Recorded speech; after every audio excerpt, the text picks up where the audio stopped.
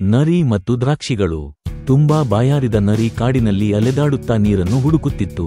ಮರದ ಮೇಲೆ ಸುರುಳಿಯಾಗಿರುವ ಬಳ್ಳಿಯಿಂದ ನೇತಾಡುವ ದ್ರಾಕ್ಷಿಗಳ ಗುಂಪನ್ನು ನರಿಯು ಗುರುತಿಸಿತು.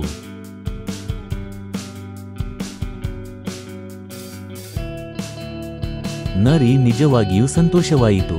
ನರಿಯು ಯೋಚಿಸಿತು, ಇದು ನನ್ನ ಬಾಯಾರಿಕೆಯನ್ನು ನೀಗಿಸುತ್ತದೆ ಎಂದು.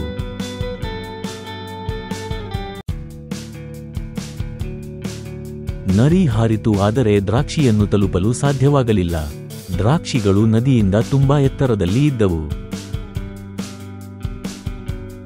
ನರಿ ಎತ್ತರಕ್ಕೆ ಮತ್ತು ಎತ್ತರಕ್ಕೆ ನೆಗೆಯುವುದಕ್ಕೆ ತನ್ನ ಎಲ್ಲ ಶಕ್ತಿಯೊಂದಿಗೆ ಪ್ರಯತ್ನಿಸಿತು. ಆದರೆ ನರಿ ದ್ರಾಕ್ಷಿಗಳನ್ನು ತಲುಪಲು ಸಾಧ್ಯವಾಗಲಿಲ್ಲ.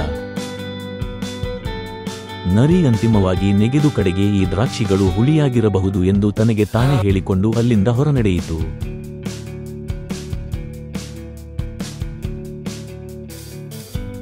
ಕಥೆಯ ನೀತಿ: ತಮಗೆ ಸುಲಭವಾಗಿ ಸಿಗದ ವಸ್ತುವನ್ನು ನಾವುಗಳು ತುಂಬಾ ಸುಲಭವಾಗಿ ತಿರಸ್ಕರಿಸುತ್ತೇವೆ.